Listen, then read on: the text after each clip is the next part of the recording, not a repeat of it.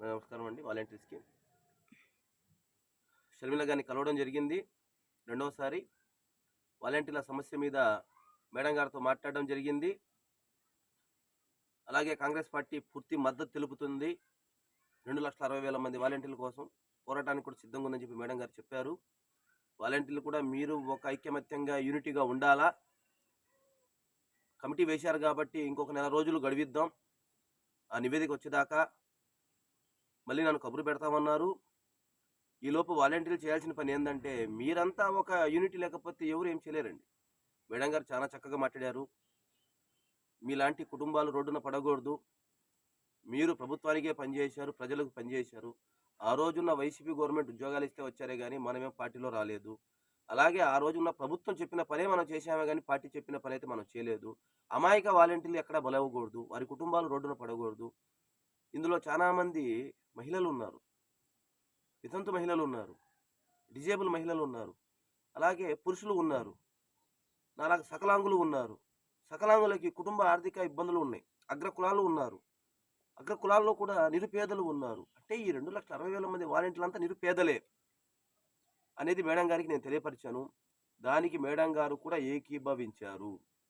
పూర్తి మద్దతు Congress party Sharmila madam గారు తెలియపరుస్తున్నారు.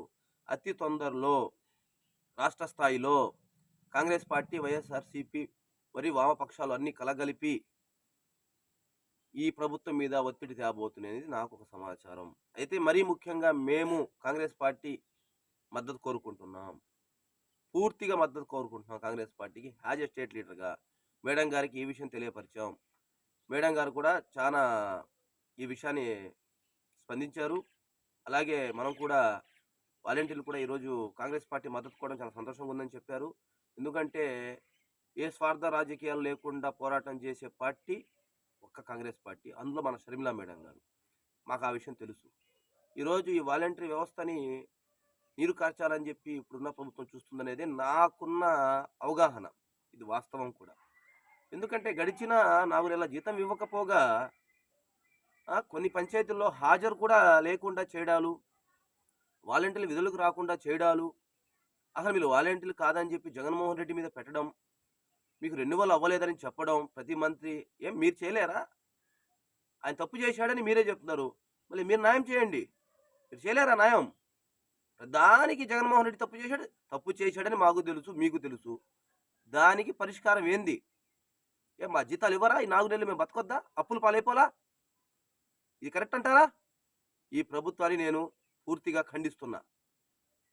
ఎందుకంటే మీ 100 రోజుల పాలన ఏ విధంగా ఉందో ఒక్కసారి మీరు చూసుకోండి. అది చూసుకోవట్లేదు. అలాగే వాలంటీర్లు ముందుకు నడవనిట్లేదు, మాకు ఉద్యోగాలు ఇవ్వట్లేదు. ఈ విషయాన్ని నేను షర్మిల మేడం గారికి తెలియపరిచా. చాలా బాధగా.